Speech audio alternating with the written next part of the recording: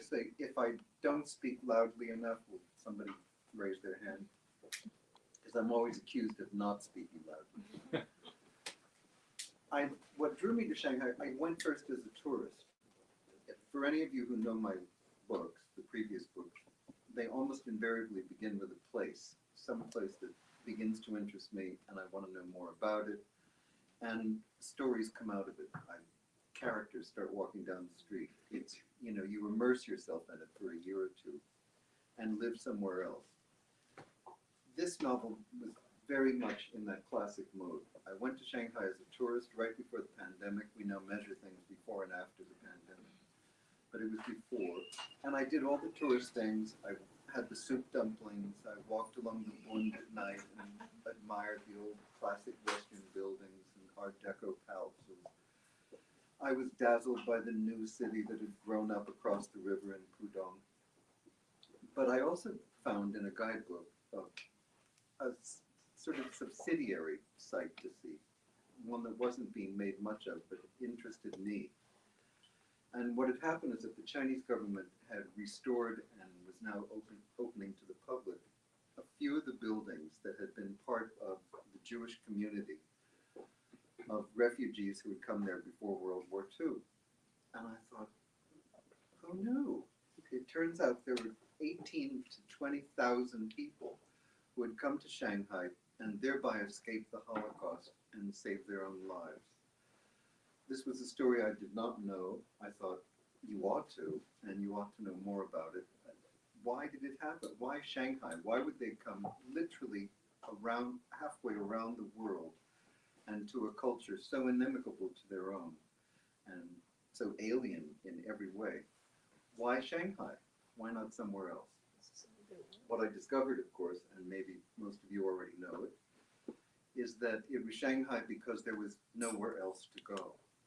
After Kristallnacht in November 1938, when the Nazis unleashed the pogrom all across Germany and made it very clear to the Jewish community, finally, if anybody had any doubts, that this was not just going to be a discriminatory and anti-Semitic regime, this was going to be a murderous one. And people needed to escape with their lives. So there was a desperate rush to get out of Germany. Lines formed at the consulate offices to get any kind of visa anywhere. But the doors were all around the world were closing on them. Even finally the Dominican Republic, which was so corrupt that it had been selling visas, I think out of the side door, bowed to the pressure of the German government and stopped doing it. So there was nowhere to go. America was famous at that point for a State Department of such old boy stature that they were notoriously anti-Semitic, and they made it as difficult as possible to get to America, which was the venue of choice. That's where people really wanted to go, and Britain. This, to such an extent, I don't know if you've ever heard these stories, but the rescue committee that was trying to get known intellectuals and artists, I mean world-renowned artists out of Europe, had to go to Eleanor Roosevelt to personally intervene to get the State Department to allow these superstars of intellect and art a chance to come to America. It was not a good situation, and it was certainly a desperate one for the Germans who needed to leave. To leave, as you were suggesting, you had to leave a lot behind you. Oh, turn off your cell phone. That's my wife.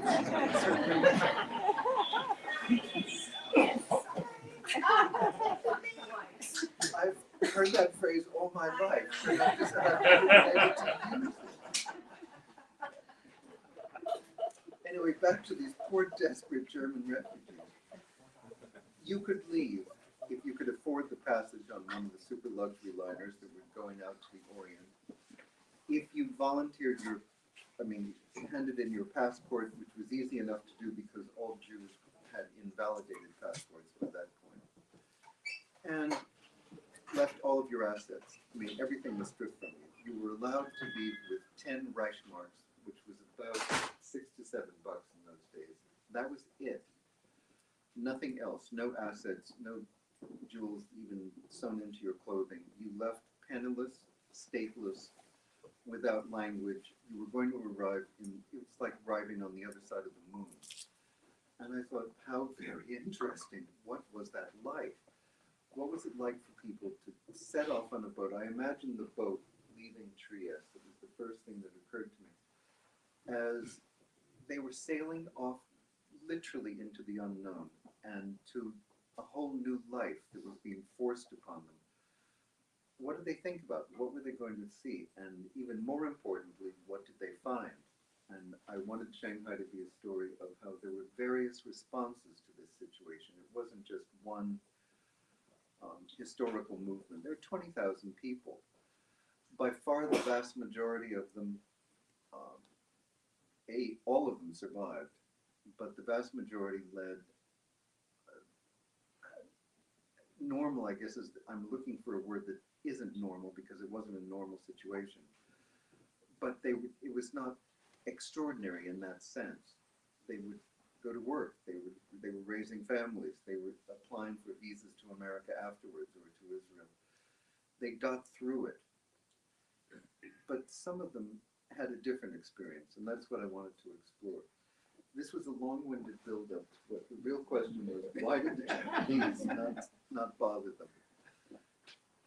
For those of you who know this little bit of back history, I don't mean to be didactic, so if you already know it, just zone out for about 2 minutes, and you can come back in when I'm finished. But the reason that this was able to happen at all, that people could go there, was an historical loophole and a kind of political anomaly. 100 years before this, the Brits were buying all the tea in China and most of the porcelain and most of the silk, and the Chinese were buying nothing from them. So they had a severe imbalance of trade problem. And they solved it by reinvigorating and instituting the opium trade. The opium was harvested in Afghanistan, sent to their colony in India, where it was processed, and then sent to this vast market, whose government, of course, was resisting it and saying, you are trying to enslave our people. Warboats, gunboats were sent up the Yangtze. There was something that was familiarly called the Opium War, and when Britain prevailed in 1842, the tottering Qing dynasty was forced to grant trade concessions. They were forced to allow Westerners to come into China and trade on land that was given to them for their use. They weren't supposed to go elsewhere, just stay there. There were 5 ports involved, the least of which, or almost least of which in those days, was Shanghai, a fishing village on a mud flat on the Wangpu River. But if you were foreign and one of these, first it was Britain and then it was followed by 10, I think, other countries, maybe 11. And you had an extraordinary situation because you were not only granted land to live on and do business on, but you were granted something called extraterritoriality, which they elided into extrality. And what this meant was that you were not subject to Chinese law, even though technically the land you were living on still belonged to China. It was the Chinese landmass. You were not subject to any of their laws, and you could only be tried in the courts of your own native country, which meant pretty much that you weren't tried at all. And it also meant that it gave Shanghai a reputation very early on for being fast and loose with the law and a great magnet for con men and bad hats of all sorts and people who wanted to recreate themselves as much as our characters are going to do, but for other nefarious reasons. And it became almost a tradition there. I really jumped into this and was fascinated when I saw how the city became almost a byword for vice. You could see these wonderful Western influenced buildings on the one, but behind them there were all the Chinese alleys filled with opium dens and brothels and gambling houses and whatever suited your fancy was available somehow, somewhere. This is terrific to write about and a lot of fun to research, as a matter of fact. So it became even more of a draw to me. But the final answer to the poor Japanese who are not seeing this, because all of these Western powers who were granted land concessions were overlapping constituencies and making it very difficult for anything to get done at all. They linked together, they united, and 11 of them formed what is today called the International Settlement. Only France remained apart and kept what was called then the French Concession, and indeed on maps today is still called the French Concession, and is still the chicest part of the city to live in, and still has a pretty avenue of plane trees, and looks a little like France, and has the best restaurants. So those of you who are after the soup dumplings will probably end up in the French Concession. Once this had been established, and it's the core of central Shanghai even today, the Japanese had invaded the country in 1937 and had taken the coastal and central China. They had earlier taken Manchuria. And they took Shanghai, as you suggested, but they stopped short, I mean, almost literally to the street, like from here to where you are, of the International Settlement and the French Concession, because it was 1937, and they were not yet ready to take on the British Empire or the Americans in any kind of huge battle. Even though this was not British territory or American territory, there would have been British and American nationals involved, and it would have been, you know, defending the faith, and they would have sent another gunboat up, and we all know where that leads. So the Japanese, with an almost uncanny restraint, stopped and let the central part of foreign Shanghai continue to exist as such. You would think that this would send a signal to the people living there to really, all right, you've been granted a slight reprieve, but the writing is on the wall, so pack your bags now and be sensible. But they didn't. There were various months when people would get nervous and they would send their families to Hong Kong for safety, but then back they would come. And it all looked as if it was going to just stay this way forever. And they were going to dance on, I think, the phrase that's used in the copy is dancing on the lip of the volcano, you know, dodging the death.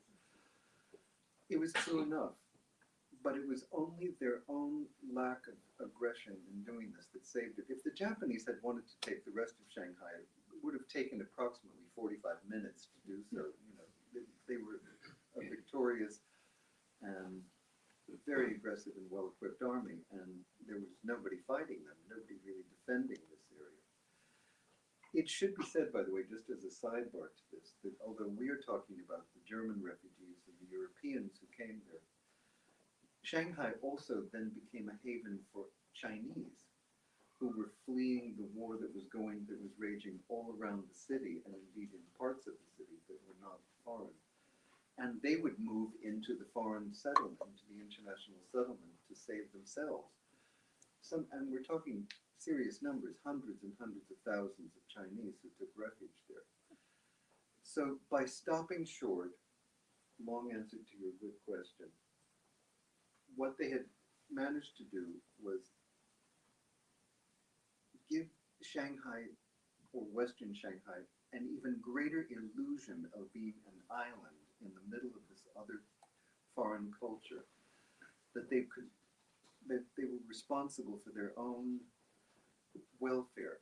None of this was, strictly speaking, true.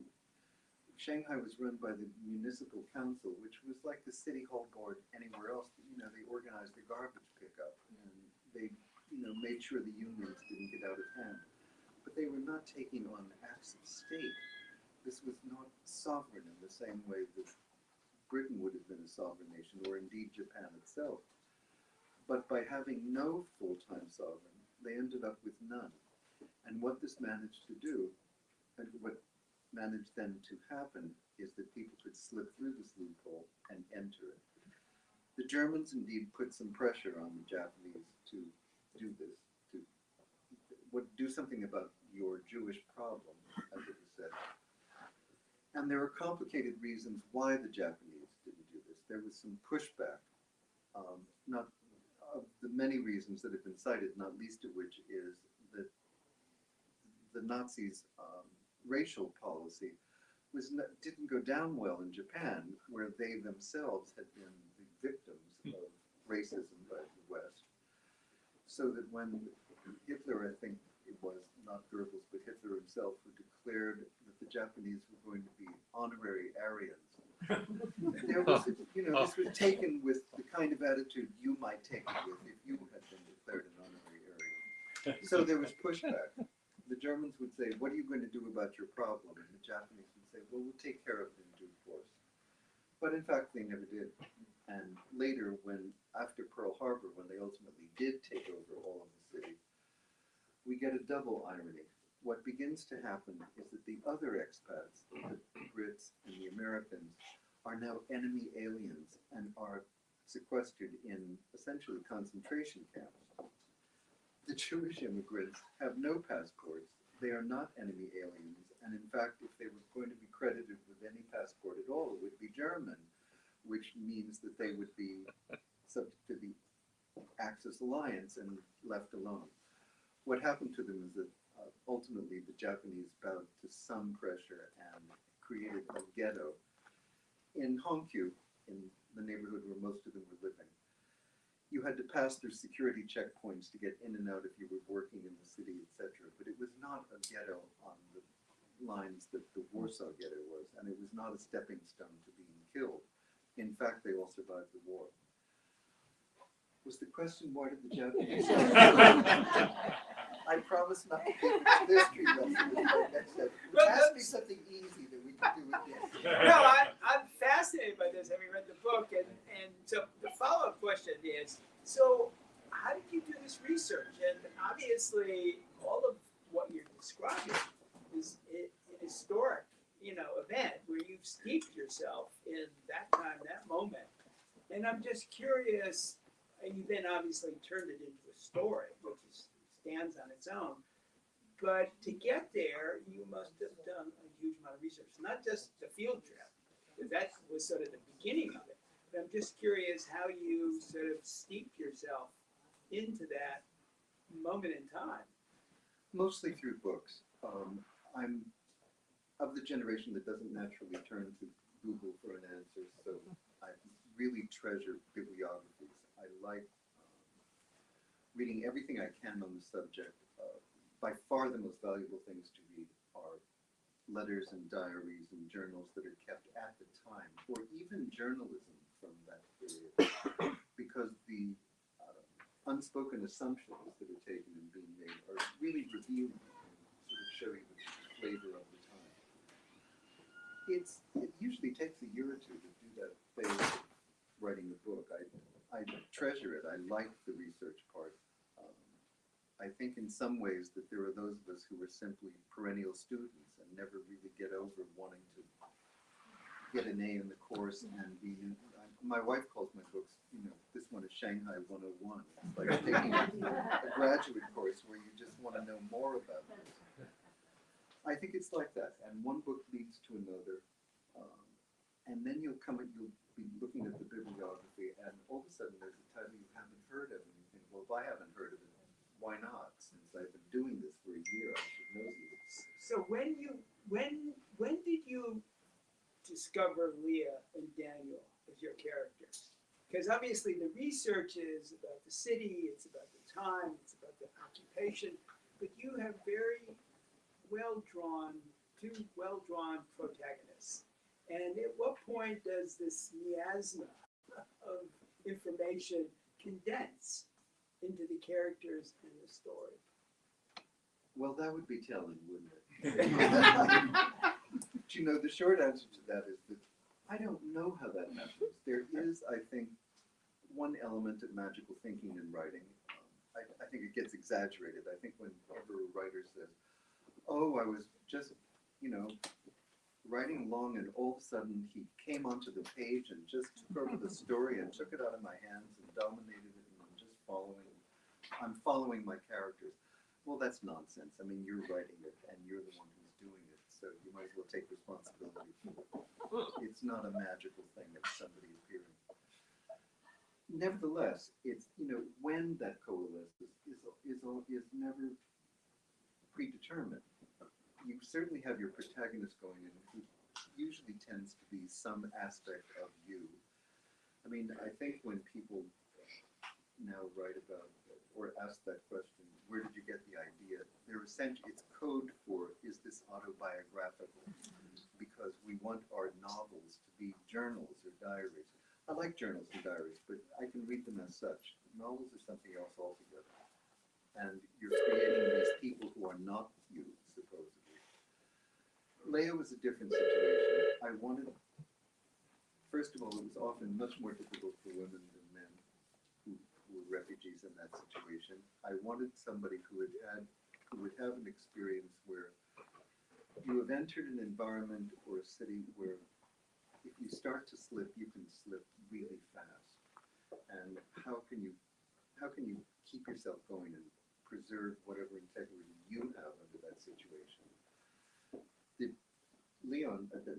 Daniel, the protagonist, had a different backstory going in. I wanted him to be sucked into this seductive and yet corrupt world of vice that Shanghai represented. I mean, this was a city with, when you talk about research, nightlife that was legendary, and I can't tell you the fun of reading about this. You know, there would be, you'd go to Ciro's, and this was an Art Deco nightclub on Bubbling Well Road. And if it reminded you of something in a Hollywood movie, there was a reason. They had copied something. And you go to the Cafe Hotel, and there was the Tower Suite room where you could get, you know, Noel Coward had stayed there and supposedly wrote Private Lives when he had a cold in this room. I don't believe it. I think he just did a few revisions. And then you'd go off to the dog track, where, you know, there was a ballroom, and maybe the Manila Rhythm Boys would be playing. And Joe Fenner, who was an exhibition dancer from Austria, came and he became the Flo Ziegfeld of Shanghai. And his chorus girls were called the Caramel Peaches. And he'd have a new show every few weeks. I mean, this stuff was so delicious to discover and find out about, particularly with the feedback loop to Hollywood, where it goes back and forth. And, you know, we're of a different time. We forget that at this period, and we're talking 1939, if you had any money at all at night, you went out. There was no television, and yes, there was radio to listen to, but there was a lot of going out and a lot of live music and entertainment, and it wasn't costing an arm and a leg the way it does now. However, you know, glamorous as that now seems to us in retrospect, at the time, what it involves is exploiting a lot of people. So I wanted somebody who would have been exploited by the very industry that Daniel is being lured into becoming a successor to. He has an uncle in the business who's in the nightclub business. And it's our way of entering that phase of Shanghai life. I wanted the book to be where these, let's say, pillars or stools, I mean, I hate silos, but where there are a few phenomena that I wanted them to meet, and where they would collide would be what the book would become. I wanted the desperation of the refugees who are now facing, they do anything to survive. I wanted the seductive and yet thoroughly corrupt nightlife and vice that's going on, that's going to collide with these people. And finally, and this is the last element in this, and I know it isn't part of the question, but I'm just going to leapfrog anyway, and then you can go, is one of the things that makes Shanghai vice so peculiar and different is that it's overlaid with their politics. So that it is often said that crime and politics are two sides of the same coin, but rarely has that been more true than in Shanghai. The most famous example of all was a few years prior, in 1927, I think it was. Shanghai Shek was still in Shanghai. He had not yet been moved out to his exile in the west of the country. And he was running the national government, and he was locked into a death throw civil war with the communists, with Mao. So what did he do? He went to Big-Eared Du. This is not a Kanon made-up name. This is a real individual, D.U., who ran the Green Gang, one of many criminal gangs that were operating at that point. He was also in charge of the opium business trade, and consequently very rich. Chang said to him, "We will leave the opium trade alone if you will help me deal with the communists. It's a problem for me. Will you take care of it?" This all sounds very like something that might happen on The Sopranos, and it did, except the scale is unbelievable. It is thought that as many as 10,000 communists were murdered by the Green Gang, simply on Chang's asking for this favor. And indeed, nobody interfered with the opium trade. Madame Chang started a lecture series and a new morality play in China around about this time in the mid-30s, where they were going to clean up the drugs and get rid of all of this terrible riffraff that was going on. So Chang promptly turned around and set up a committee to get rid of the opium trade, and he nominated Big-Eared Du to run the committee. So we had a real poacher-gatekeeper situation there. Anyway, I know your question was how did I come up with these people, but have I managed to deflect it far? No, I think describing it as where you wanted to, the place that you wanted to have these characters interact. Yep. The crime and then the refugees and how those two things sort of work together. I can see how it plays out in the book, and it's done beautifully in the book.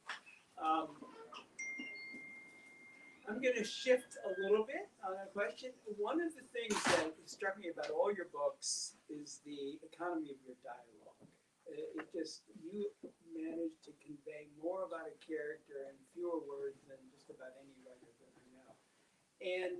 And you also have sometimes specific references to movies and sometimes just to sort of filmic qualities. And there's one scene early in this book where Daniel is looking at two women across the bar, and he's thinking to himself, silent movie set. And he's watching them, and he's saying, I know what's going on without hearing the words. And you carry out that sort of metaphor for about 2 pages. And then at the end, there's also a reference to a movie, how when, I guess it's Leah shoots Yamada, and you say, well, you wouldn't see the blood in a movie, but we see it here.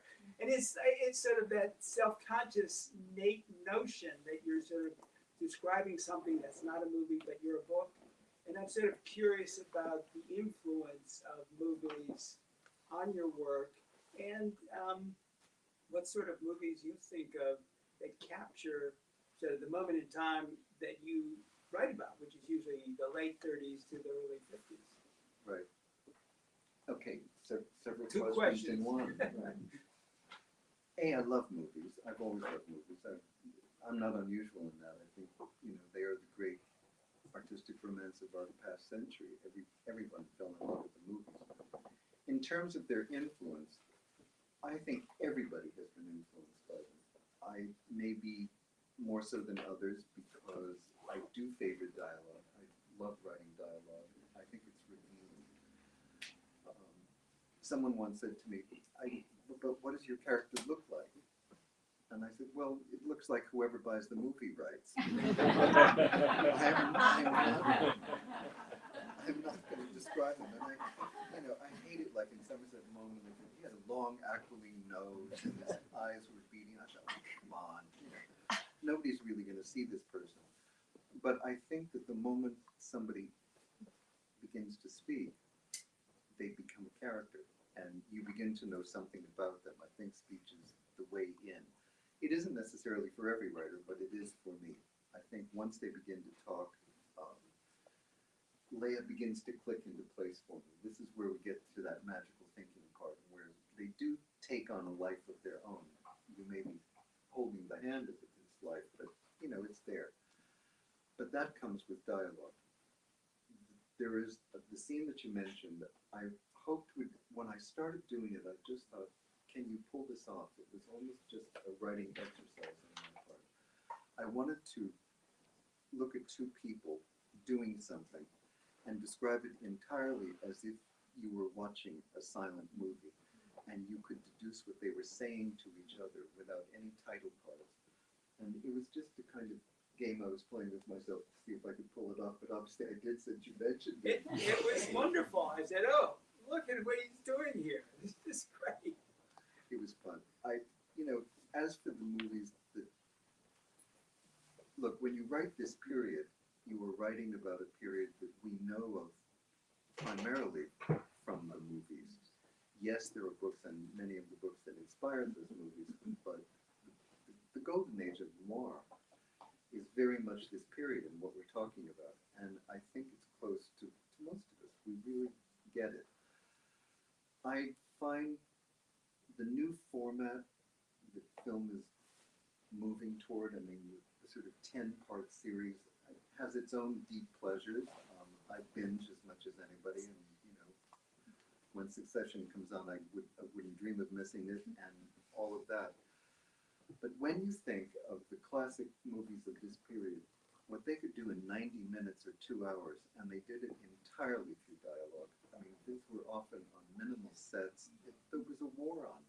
You couldn't go and film in the south of France, and you couldn't get a lot of lumber without requisitions and all of that stuff. So you made do, and how they made do is they made it all come alive through talking to each other. Those movies to me are golden.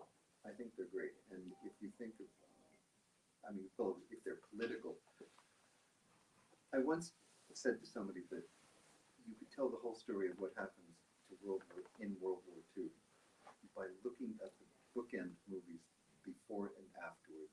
The war begins with Casablanca, which is shot just a few months after Pearl Harbor, and there you get this classic black and white, crisp clarity and sentiment. It's a wonderful, you can just wallow in how really sure things are, and you understand how the world is going and who's right and who's wrong. But the war ends with the third man. And I think that that's the world that we've inherited, where everything is muddy gray and murky and maybe compromised, and you don't quite know what's right. What do you do when there isn't any right thing to do, when there are just two things that are both wrong?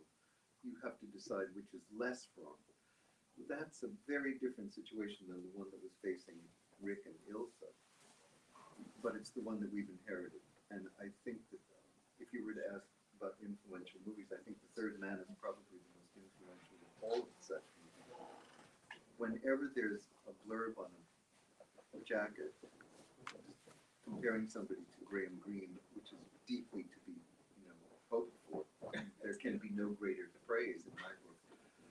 But usually what they mean are not the books, but The Third Man, because it conveys so much that, I think, moral compromise of the period and uncertainty that we came out of it with. What else did I about it? Oh, the movie. Anyway, I love movies. And, I think of these books as movies in my head. I read them as movies to be made. They really do, and in fact, when you go online and look at what readers have said about the book, many of them sort of make the comment that, oh, this would make a great movie. And it does have that sense of place, that sense of atmosphere, like Casablanca, this place where you're confined in a world where there are conflicting choices, where there's moral ambiguity, and you have a man and a woman, and they have a tense and sometimes not particularly cozy relationship, but they sort of rely on each other, and it sort of builds a story that sort of lends itself to, in my view, to a movie. I'm going to ask one more question, and then I think we'll open it up to people. The question is,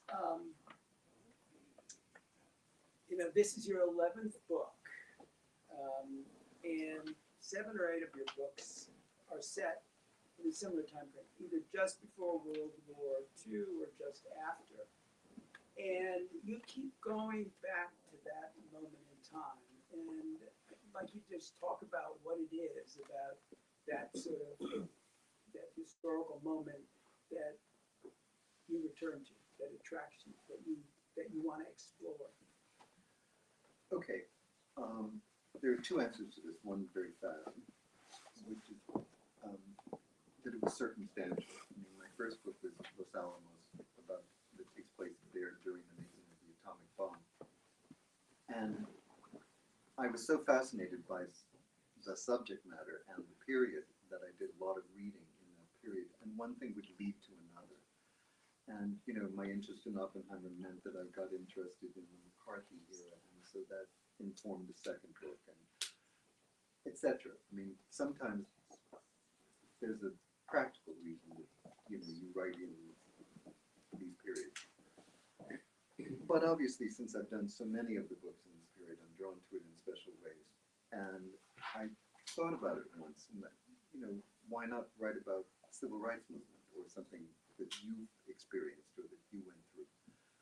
And I think there are several reasons why not. One is that I think if you are, for instance, in a battle, you can't really see what's going on. All you see is the confusion that you're a part of.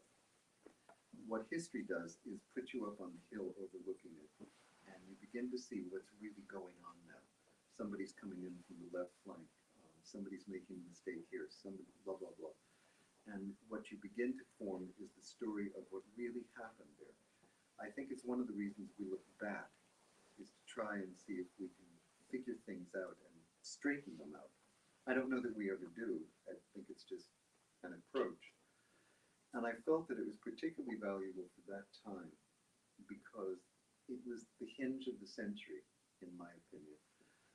It was also when most of us were being born. I mean, this is our time. It began then. I think that perfectly ordinary people, just like you and me, are being put in a position in 1945, let's say, to make decisions that are going to affect people for the next 50 years and all their lives. And serious things occur. I mean, we're all fond of saying, oh, this was a seminal moment and a real turning point in our history. Well, maybe it was and maybe it wasn't. Wait 50 years and see if it still seems so. But we now know, given the years out, that the moment the bomb was tested in Alamogordo, the world shifted on its axis. Things would never be the same. We had before and we had after. This was not just a bigger grenade or some sophisticated bow and arrow. This was the promise of self-annihilation.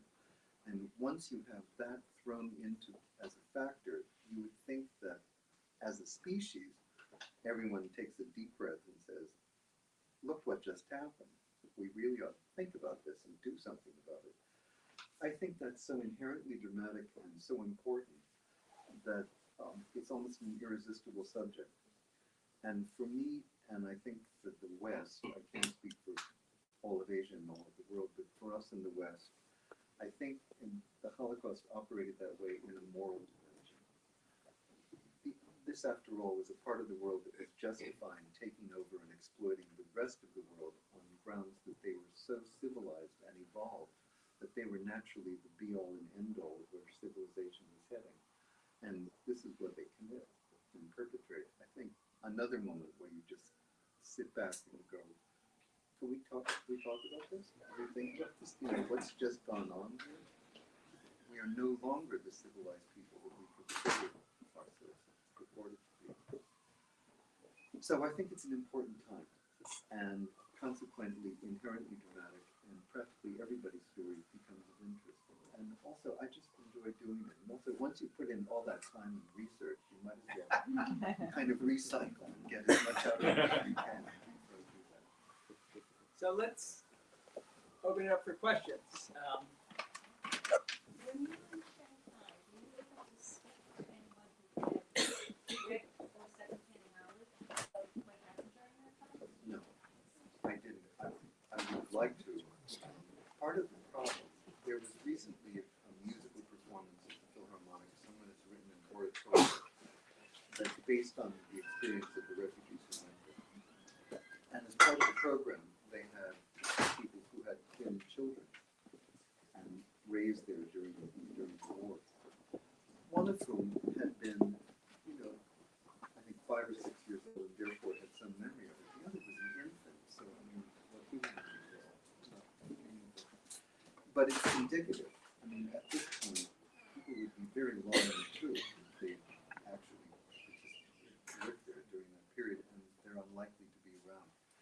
there have been a few memoirs, like in oral histories, and I always find that stuff valuable.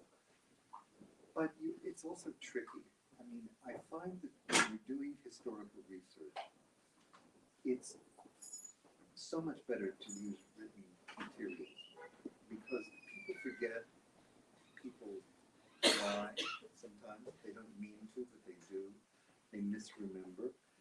And if you're talking to someone who was there, there's an authority just from being there that makes whatever they say, you have to take it seriously and you have to take it down. But it may not be true, and it may not be true to the place. So I think it's more interesting to get stuff that people committed to paper at the time than what they now seem to remember. I realize that there's a difference in language, but in China, are there archival libraries or records of people, for example, in Russia? The reason that we know a lot about some of the people that were immigrated or fled were archival records of city government, that type of thing. And you'd have to have somebody help you read it. That's a really Is that a resource? It's a really good question, and I'm not going to deflect it. The real answer is I don't know. I just don't know. The archival material that I had any kind of access to, because it would be part of another book, would be records, for instance, from the American Joint Distribution Committee, which was a Jewish charity which gave money to help that refugee community. I mean, you have to understand, when these people arrive, the first experience is not, isn't this exotic and wonderful. The first experience is they get off this boat, they see this teeming city, and there's a truck with a flat back, and they are put in it and driven off to the hamlet, these dormitories that Jewish charities have set up as a means of just getting them off the street. I mean, they have no money. There's no way to survive without the help, without charitable help to become wards of state. Of these, there were some local families who were very rich in real estate and trading, and they gave money. And the American Joint Distribution Committee came in as one of the rescuers for these people. There's quite a lot of record keeping and stuff about that. So if you were that serious and wanted to get into it even more deeply, you could learn more. It's stuff like how many meals did we serve in a week, and that's revealing. You're talking about sometimes more than 5,000 meals being put on the table. It was a heroic effort just to help these people. If they got a job or somehow could take care of themselves, that was a great success. But some despaired. Just partly in answer to that, one of the things that happened between about late 60s until Moscow is that there was an effort by the Chinese government to wipe out history. And so I think, at least on the Chinese side, there were a lot of, if there were memoirs and things, a lot of that was lost, destroyed. And there was a whole period of time in which you couldn't write. When was that? And so my guess is that there's probably much less of that information in China than there would be in Germany, or there would be in other places where there was or in Russia, where there was a desire to maintain records and to archive the past. And that's just a unique thing. I have just one more question. And I think this will just be the last question. For the immigration or the fleeing out of Nazi Germany into China, did that occur over a wide area of China, or was it focused in one or two places like Shanghai? It was focused strictly in Shanghai. What? It was strictly in Shanghai. There had been people earlier. Different places in China, different. No, It was just a diffuse type of thing. It was only in Shanghai. It was only in Shanghai. Only in Shanghai. Okay, because when I was, did you come across the name Peter Wang, Peter Max?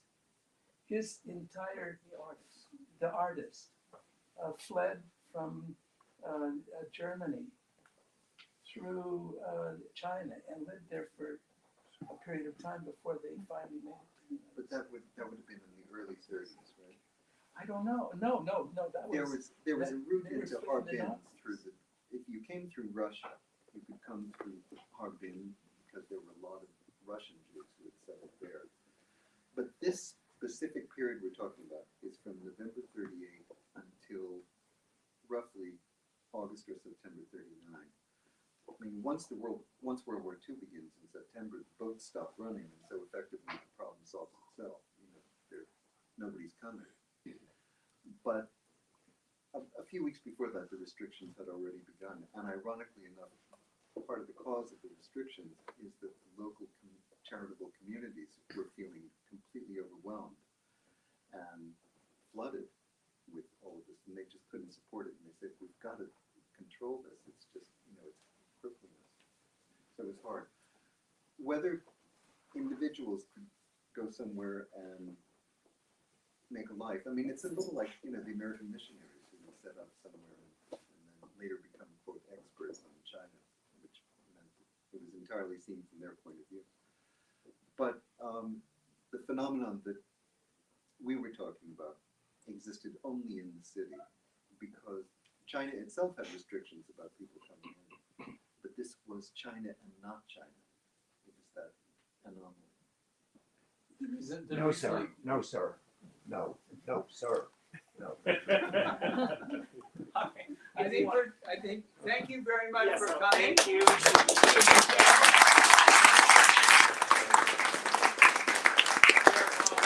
Copies of Shanghai behind you and up at the front desk. Please feel free to grab a copy or several, and I'm sure they'll be happy to sign them for you. Make sure you pay for your books ahead of time and then line up on this side if you'd like to get it signed.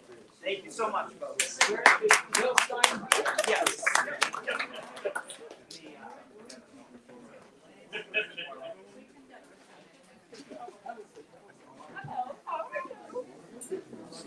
This is going to be the lineup.